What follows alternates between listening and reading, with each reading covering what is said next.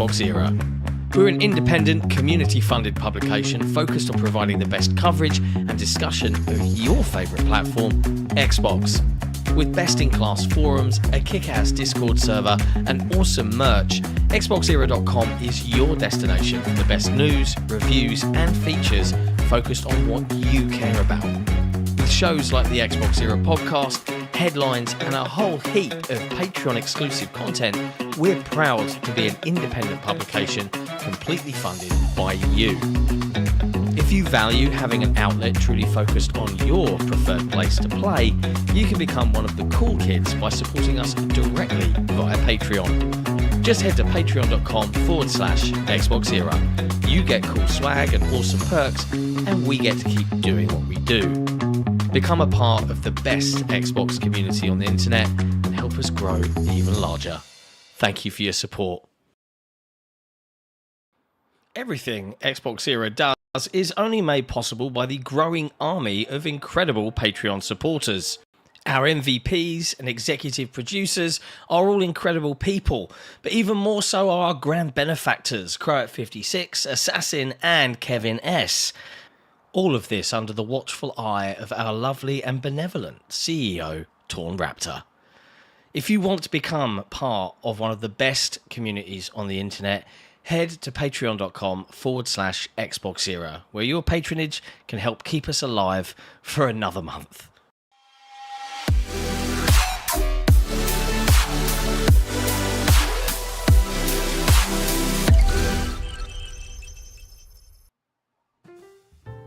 Hello, friends, and welcome to another episode of XboxEra Headlines, our twice-weekly show that covers all of the latest and greatest from across the video game industry.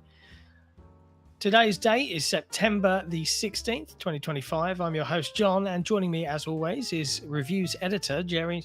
Jerry? Thank you, Paris Jr. I have no idea what I have been smoking today. Jesse Norris is here, everybody. I'm a very tired boy. I actually had a lay-in today for the first time in like forever, where I woke up at my normal 6:30. The kids have drummed this into me time. I'm kid-free this week, and I was like, no. And I went back to sleep and didn't wake up until 9:20, which is terrible, but it was great. I loved it. It was nice. For being free, OBS is terrible. For some reason, I just had to completely redo the text because it was all stretched and weird, like it did a couple of podcasts, or last podcast. Other than that, pretty good. In super crunch mode, because now I have pretty good feeling about maybe getting Silent Hill. I don't know, but from, as we'll talk about later, that embargo seems to be like maybe the 23rd. So you got a while. Yeah, because the lady who, unfortunately, because Valnet doesn't give a shit, it seems, allegedly, supposedly, was like, my deadline's the 22nd. So you would imagine that means that it's like 23rd, 24th, but I don't know. I have no idea. Working on one thing now that I don't have much time with, and then I hop into that, which if I do get it, I'd have like 3 or 4 days with. Which is nuts, but somehow you'll pull it off. Yeah, if we get it. It's been a busy week. Like we've got, I've got a video review, a really chonky one that I've just finished. We just did a very, very cool,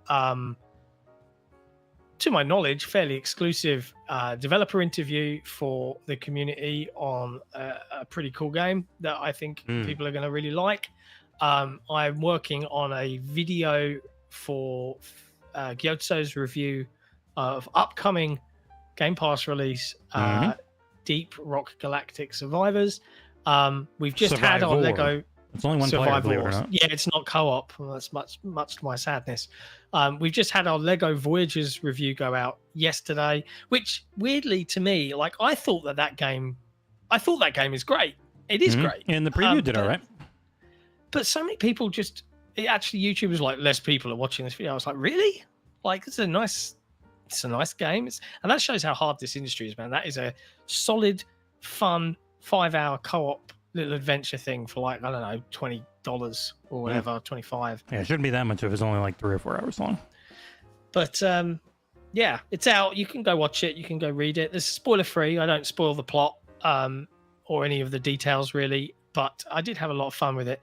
And yeah, Kat and I played through it together in co-op. much to my amusement and occasional frustration. Love you, darling.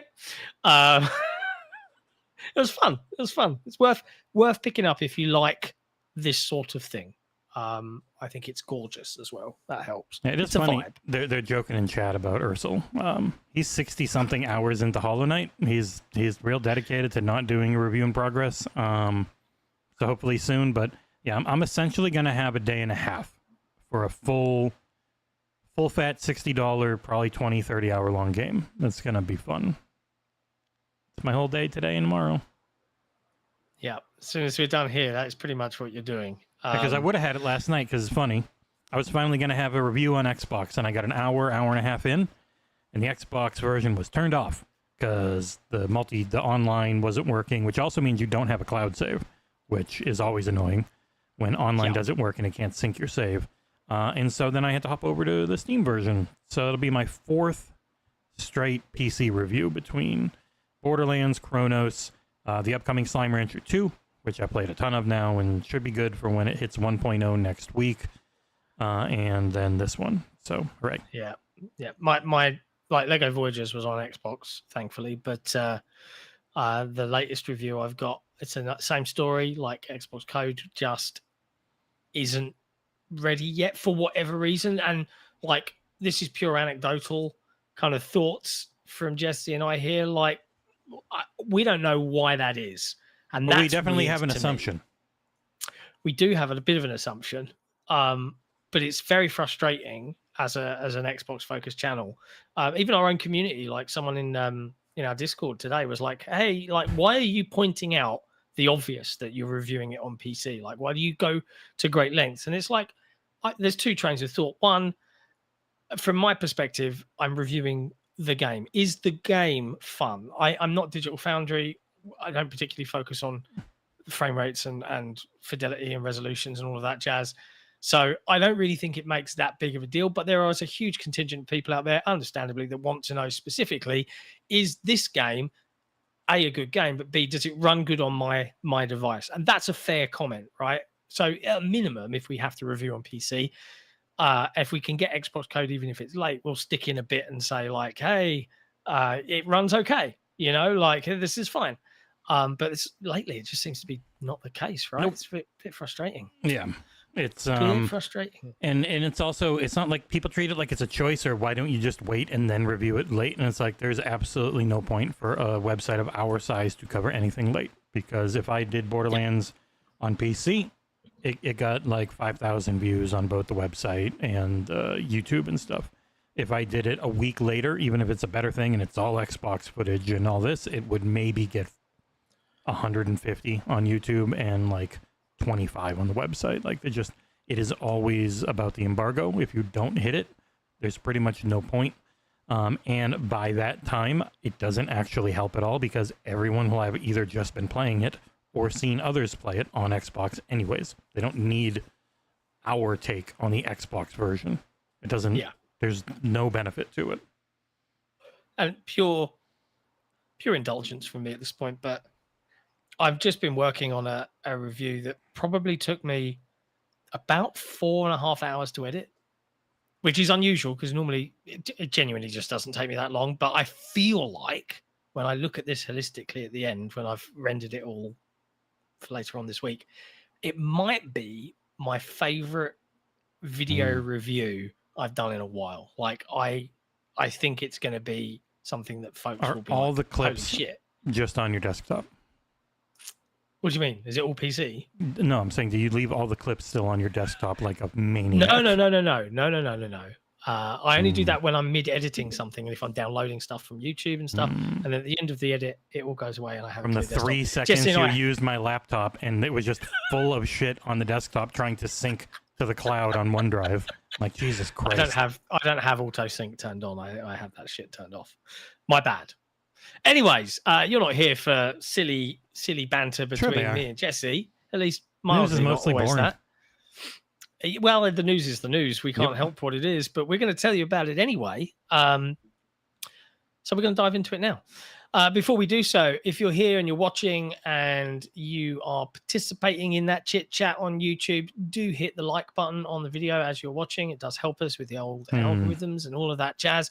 And if you do love to hang out with and be a part of a community that supports an independent publication that is dedicated to producing non-clickbait, interesting, in-depth reviews, previews, features, all of that jazz, then consider supporting us directly on Patreon, because every one of you that does is a massive help to us, and we really couldn't do it without you.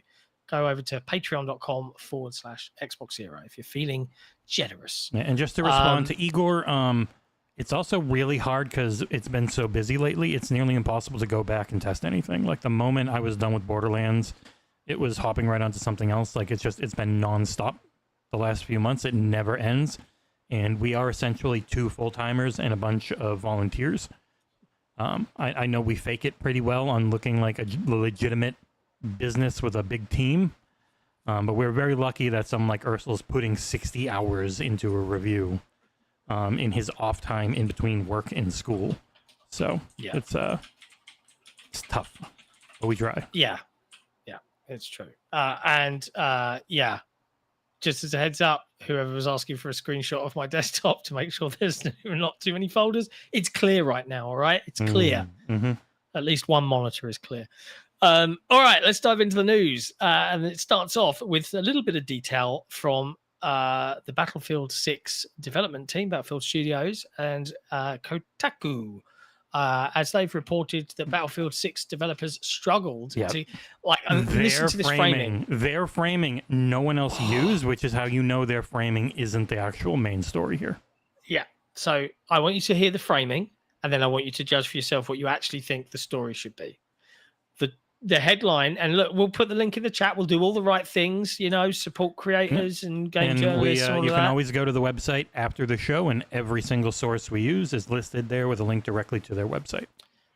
But Kotaku's headline is Battlefield 6 devs struggled to get it running on Xbox Series S.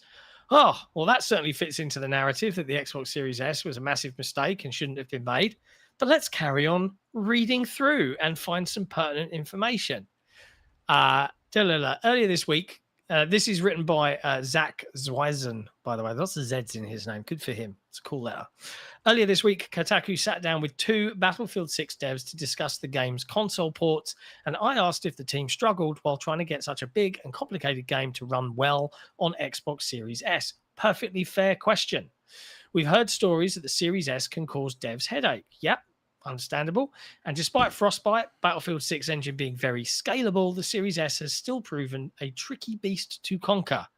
I will say that the biggest thing we did that was a challenge for us was dealing with the console's limited memory, explained Christian Bull, technical director on Battlefield 6. Xbox Series S does have less memory than even our mid-spec PC. And so there was a point of, I want to say like 6 to 12 months ago when we kind of realized that a lot of our levels were crashing on Xbox Series S. As a result, the team focused on optimizing memory usage in BF6, and these improvements weren't just felt on Series S. According to Bull, this process made the whole game better and more stable. However, the devs also worked on specific optimizations for Xbox Series S too. So the headline, if I was writing this and I'd conducted this interview, would have been Xbox Series S optimization made all console versions better. Do you see the difference? That is what everyone else ran with. Yeah. Everyone covering this interview ran with Series S optimizations made the game, which is also we've seen for the only reason there's a performance mode in Alan Wake 2. Far better overall performance in Baldur's Gate 3. Like the reason Baldur's Gate 3 runs so goddamn well and does so well on Series S now with split screen co-op and everything is because a member from Xbox went out to them, one of their engineers went out to the devs and were like, oh yeah, you can do this, this, and this, and we can go over and do this, and hey, look. Like it's never... The main issue quite often is just games are made for PC first and then they're ported to console quite often. Like PC is normally the main dev environment. It's rare for something to be console focused unless it's Nintendo or PlayStation exclusive at this point, because Xbox had shifted to being everywhere a while ago. And all the footage I'm showing is from Sky Captain, who does lots of Series S uploads. Go give him a subscribe or a like on this one. Like, the game looks really damn good for a 3-year-old, originally $300 budget console that sucks up about 100 watts from the wall. Like, it's kind of crazy how well it can run things. I have played the Battlefield 6 beta on my Ally, and it was so impressive. Like, I was like, oh my god, this is optimized as like it's really one of the reasons well. they are not doing any type of ray tracing or anything, because they're like, most of the time in a game like this, you're not going to see it, and it's just going to soak up performance. And like, their DICE is really good at this stuff, and them saying, yeah, we had a like Series S at this point is low spec PC, because Series S and Series X and PlayStation 5 aren't mid spec PC anymore. Like, they might be kind of close to it, but they're not even there, because they were a little better than a 2070 when they launched, and we're into the 50 series now, and it's just like, it's always weird trying to talk to people about, yes, I have a PC that can absolutely floor all of these consoles, but it's also sucking up like 700 watts from the wall, as where an Xbox is doing 200 and a PlayStation is using 200 while soaking up, 250 to 300, because they're a little worse on the PSU functionality. But yeah, it's a tale as old as time. Why can Hellblade 2 have a performance mode now? Because they spent a year figuring it out and doing a bunch of shit. They walked it through, and people are like, this is how it always should have come out. It's like, maybe, but at some point you got to ship a game, and then from there you can take your time. The game's out now, and you can do things like focus just on the optimization because you've got the content and the game done. In a case like that, it was similar for Redfall, where they were obviously at a loss for time with all the issues that Bethesda was having around their live service, forcing on developers who weren't used to it. So it's one of those things. It's always really hard to get people to kind of understand game dev, which is why it's always nice when there's podcasts. Like, I know the Friends Per Second one, and have a lot of devs on to talk dev shit, because it's so different than what we think, because all of these podcasts with people like us are people who have no freaking clue how any of it works. Not from the business side of things, not from the technical side of things. We're all guessing or going by what the people who actually know say. And the framing in news stories is for us. Like, a developer might go, oh yeah, it's a pain in the ass to work without much memory, but it can force you into having to do things you weren't going to do otherwise. Like, if you don't have these restrictions, you don't have these issues, you can go in and just go to town and have fun. But as is an issue a lot, which is maybe not likable as he is, Tim Sweeney was saying, a lot of devs need to stop focusing on the higher end specs first and then working down, and instead do the kind of the Nintendo thing where you know your hardware and what it can do at the low end. So you build for that, and then you can just try and optimize and push it as hard as possible. Because it's a lot easier to make something work on the low end and then try and build it up to look even better on the high end. So, and there's no, every engine's different. Every developer is different. All their pipelines are different. All their tools are different. So you can't like just ascribe a one size fits all solution to anything either. Yeah, I think as well, like, as we get into the next generation of whatever console gaming is going to be, if every platform holder's chucking out a handheld, well, optimization is going to be the name of the game for a lot of developers going forward. It's not going to always be about turning on global, everything path tracing and all of this stuff. It's going to be, I think, a little bit more sensible, a little bit more within a budget. And that's a good thing, I think. I think that means people have to get creative, and we're going to start seeing interesting ideas as opposed to let's just push graphical fidelity as hard as we can. But yeah, there you go. Thank you, Xbox Series S. You've done it again. Next up in news, Xbox Game Pass is back with another pretty great drop of awesome video games. One of their biggest for the second wave of September, adding 10 titles to the service and putting 3 more into core as well, and essentially 4 are leaving, but one of them is the Ninja Gaiden trilogy. Yeah, so we've got Hades, the original Hades, not the sequel. I was a little cheeky saying Hades joins Game Pass, but I put a 1 next to it. Hades and Vision of Mana are leading the 10 titles joining Game Pass, along with Deep Rock Galactic Survivor, Frostpunk 2. Both of those we will have a video Xbox focused gameplay review. Yeah, it'd be weird to not have it for Frostpunk 2 since it's been on PC for a long time. Yeah. Wobbly Life, which I've not heard of. Endless Legend 2 into game preview. That is day Sworn. 1. Yeah. Sworn. Why am I'm thinking of Scorn? Yeah. I don't know. Scorn. No, not Scorn. Yeah, not Scorn. Peppa Pig World Adventures. Anybody? Lara Croft and the Guardian of Light. Which got Lara Croft and the Guardian of Light got a random Windows build like a few days ago for Xbox on PC. Play Anywhere then. I don't know if it was Play Anywhere, but it was. I don't think it is, because a lot of the Square stuff was opted out of it, so it can't be changed later. Is what it seems to be, I should say. But yeah, and Sopa, which has been a long time coming. That's like years of being announced for Game Pass, and finally coming out. And I put a request for it, and I'll force Cengiz to do it. Titles joining Game Pass Core: City Skyline Remastered, Disney Dreamlight Valley, and Warhammer 40k Dark Tide. That's great for Game Pass Core users. That pretty much seems like they'll never leave once they go in there.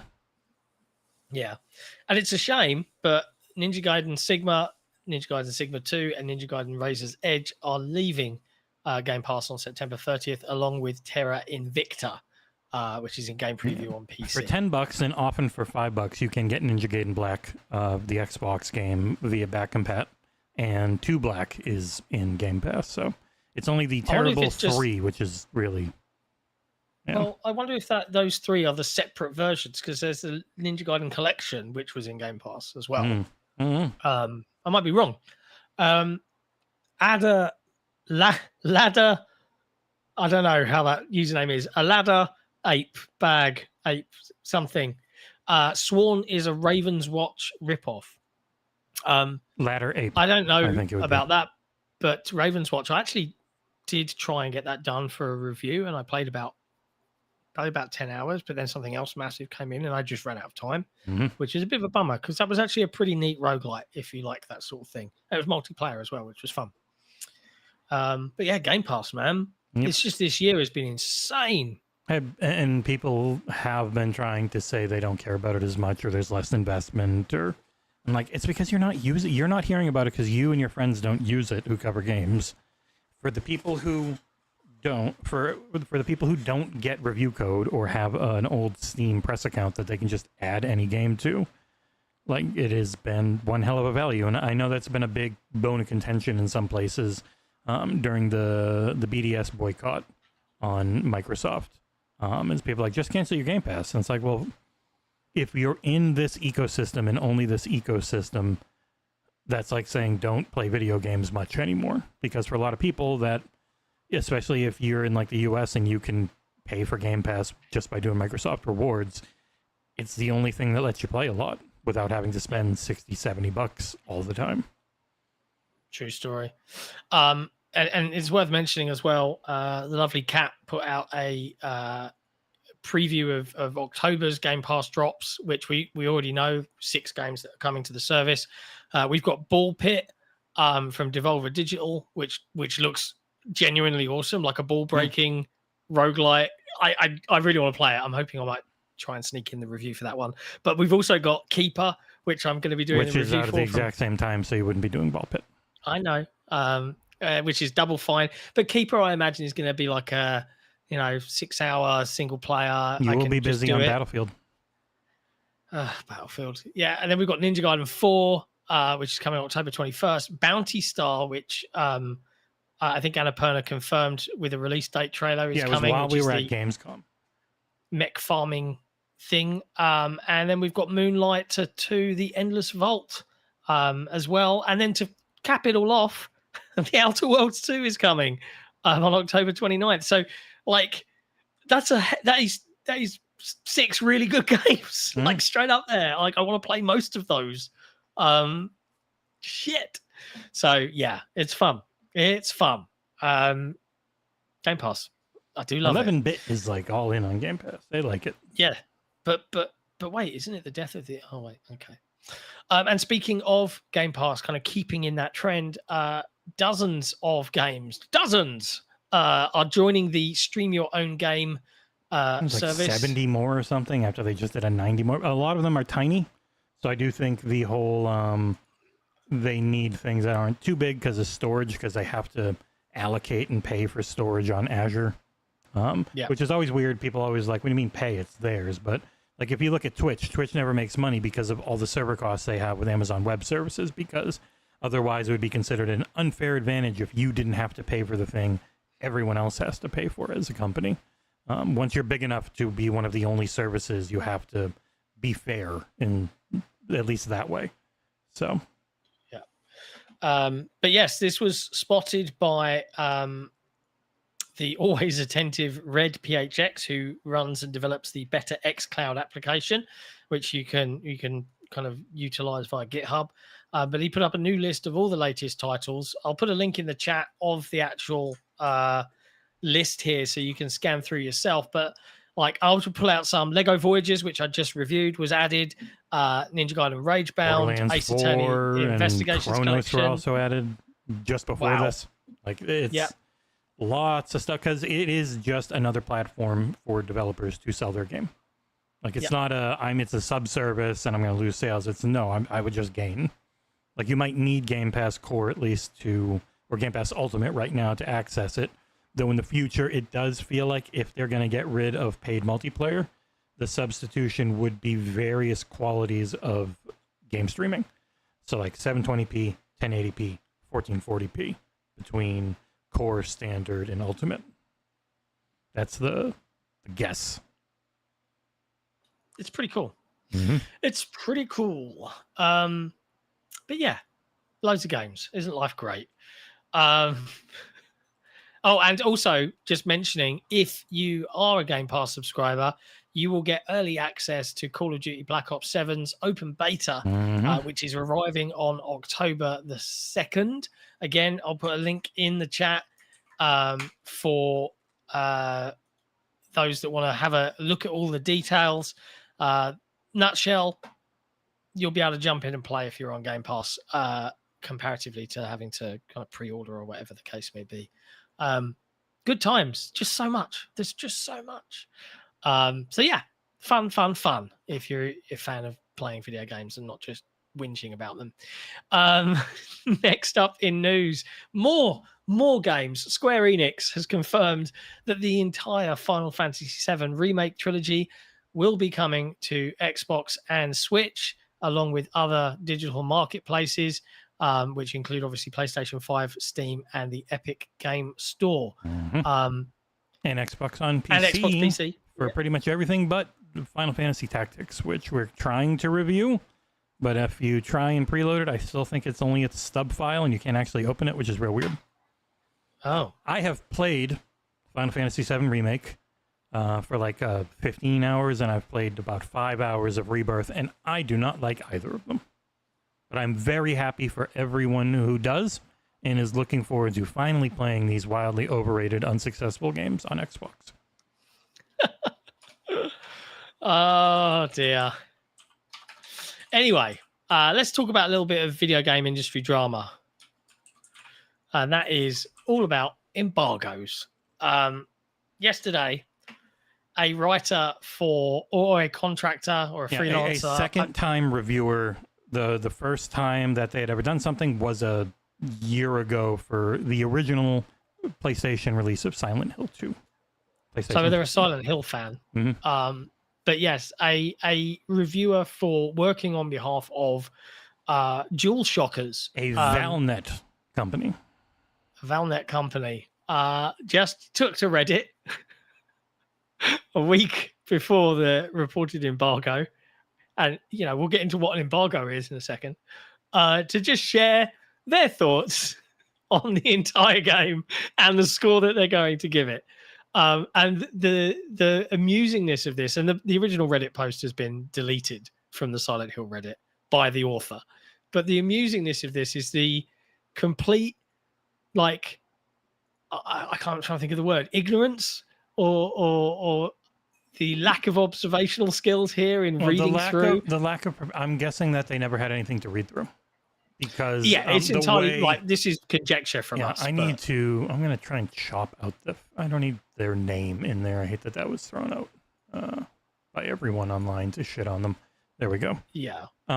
So big fan of the series, just going to Reddit and giving this post, saying, don't worry, the embargo is just for spoilers.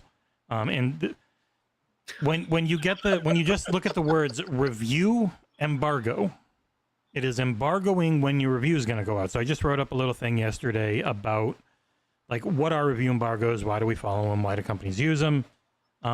Essentially, people always say NDA, like they broke their NDA, they're going to be in legal trouble. It's like these games almost never have an NDA. Yeah, that's not how reviews work. There's one specific publisher who every time you do something with them, it is an NDA. They're the only one I know of. Outside of that, the only time I ever get an NDA is on a preview event. If you're being flown out somewhere, pretty much every time they're going to have you sign an NDA so that you're not posting pictures and saying, hey, look, here I am at, this studio, and people can guess what you're looking at.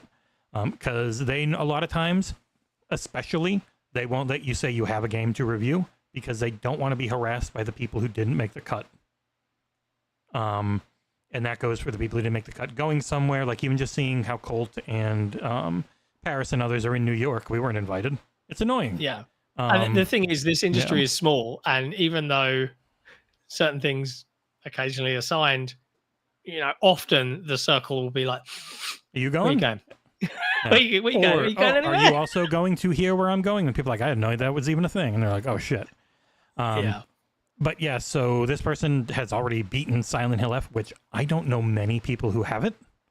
So so it feels like this one is really hard to get. And I feel for them now. I don't feel for Valnet on the whole. From all the stories that have come out, all the people I know that have worked for them and their business practices, couldn't care less. Hell, they were emailing. They emailed me saying, like, hey, can we work together? And I was like, nah.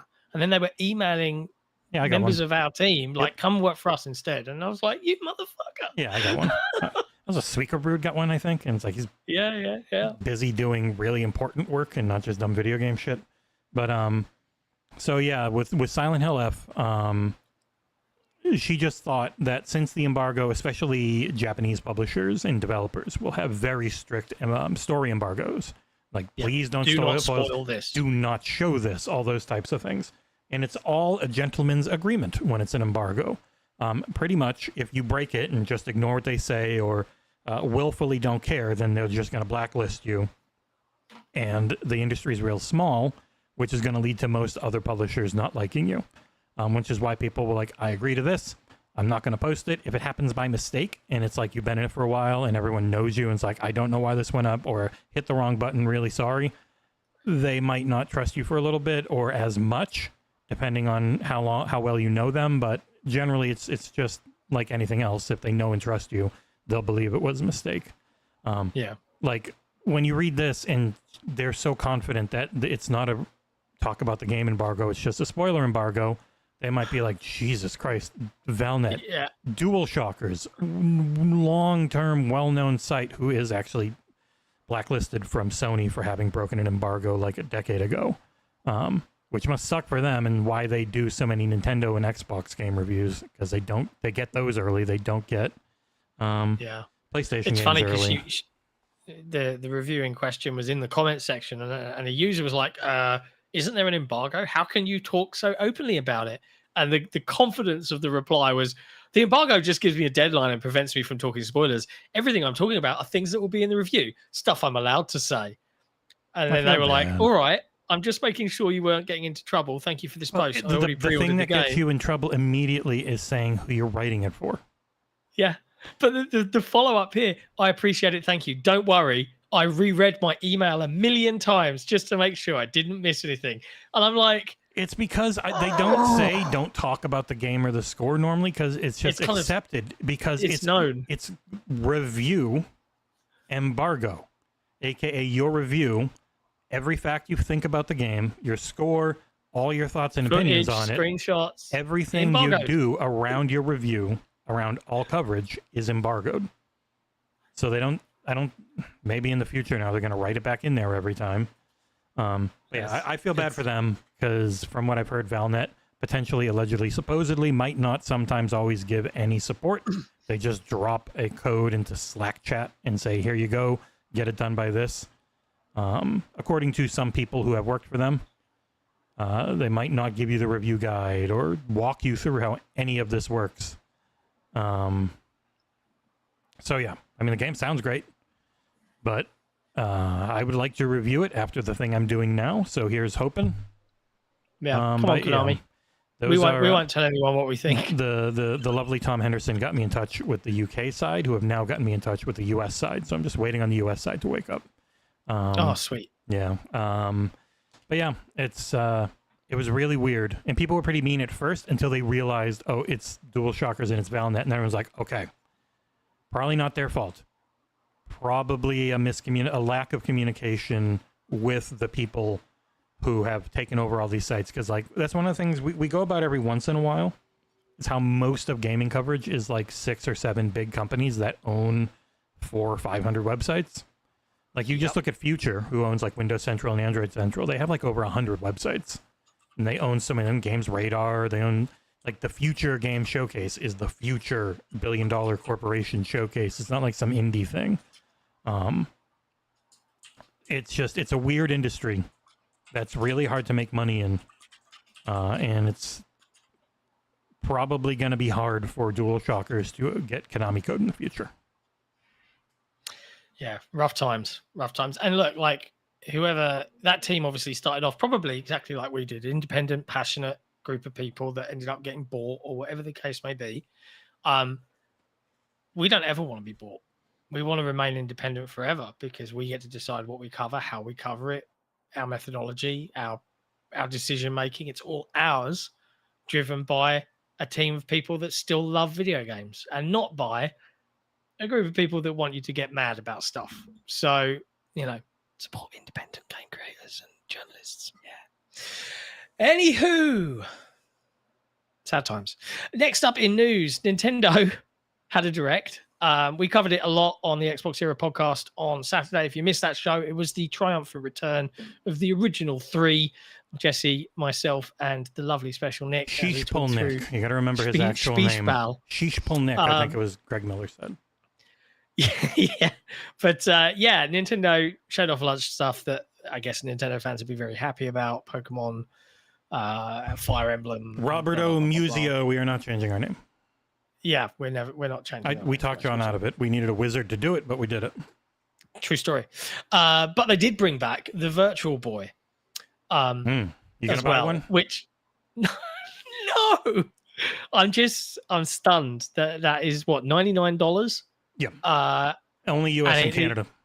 And it doesn't even like strap onto your head. It has a weird stand, and you have to kind of hold the pad out in front of you around the stand whilst you rest your face on your Switch 2, which is slotted inside. That is going to hurt. It might be fun and so quirky. much. It's very Nintendo, but good God. And then they got the cardboard version, but what do you do with the cardboard version? You just stick it on some boxes in front of you and do the same thing? Like, the Virtual Boy was a bad system, and you can emulate it right now in your Quest and play it all with an actual strap to your head thing. But yeah, this plastic stand and holder are $100, only seemingly available in the US and Canada. And then for $40, you can get like some Labo style cardboard. That thing also looks like it might really scratch up your Switch screen, but I hope not. But the Virtual Boy games are terrible.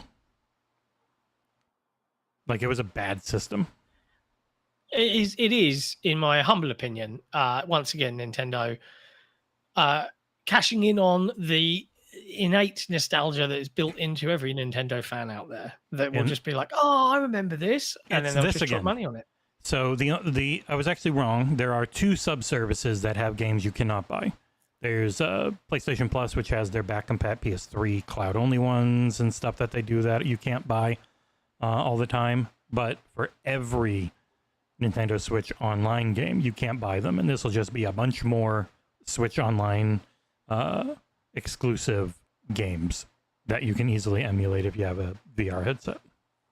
Yeah, it's very annoying.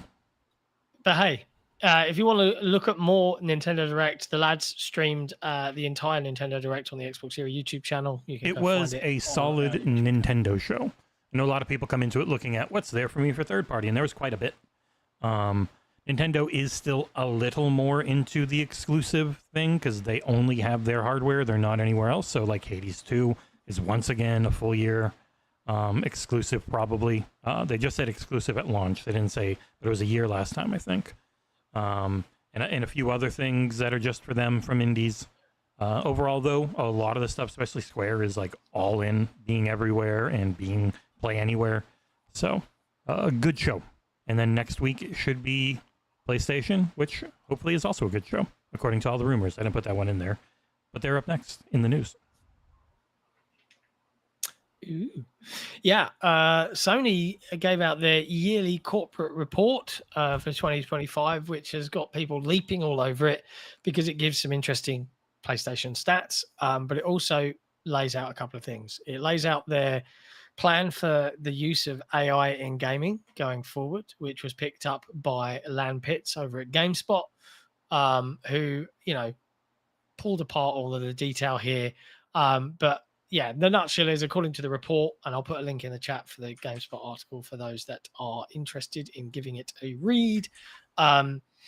Since 2023, over 50,000 people in 210 teams have started using their own AI tool enterprise LLM system, which helps the employees of Sony across the company use AI safely. They're not using it just for chat or writing help, but they're connecting directly to their daily work tools. Sony has tested more than 300 AI projects, with over 50 of them now part of a regular work routine. To make sure that AI is used safely, Sony's working closely with teams that focus on legal issues, privacy, and ethics. In this process, clearer rules are being created for how AI should be used, especially to avoid problems like copying music or other content without permission. They can use all of their own, I would imagine. Yeah, Maybe. I would imagine so. They're also using AI to help protect creators' work by building systems that can detect if something has been stolen or used without approval. At the same time, they're using AI to make older movies sound better and to improve picture quality on the PlayStation 5 with new upscaling technology. There's a load more in there, but yeah, like, I wonder how much fuss is going to be made about this. Probably not as much. Little to none. Yeah. But the other thing that people are really leaning in on and making a big deal about online is, and I don't know where this is in the doohickey here on this PDF spreadsheet, but it's about their multi-platform strategy. Yeah, it's not like growth metrics, but that's most likely due to the fact they don't release that much. So they don't have consistent enough multi-plat releases for it to be a key. So they're, instead of it being, we grow this much on PC, we grew this much elsewhere, it's just all in one pot. And so that the number looks better. It's financial remajiggering to make number go up. Fun. Yeah. It's really not, it's quite dry. Like, you have to be it's into your corporate speak bullshit to enjoy that, but whatever's. Speaking of Sony, though, according to a new report from the website MP First, Wolverine, Insomniac's project, is aiming for a 2026 release, and even better for fans of Marvel, the Venom side project, the spin-off project from the Spider-Man games, is still in development. I'll put the link in the chat for the MP First article for those that want to go read all the details. But according to Ifrane over on that website, the Venom spin-off is still being worked on, and Wolverine is still on track for a 2026 release. It's been 4 years since Wolverine was unveiled. Leaked? No, it was a CGI trailer at their last showcase, I think. Like, it's been that long since they had a showcase, if memory serves.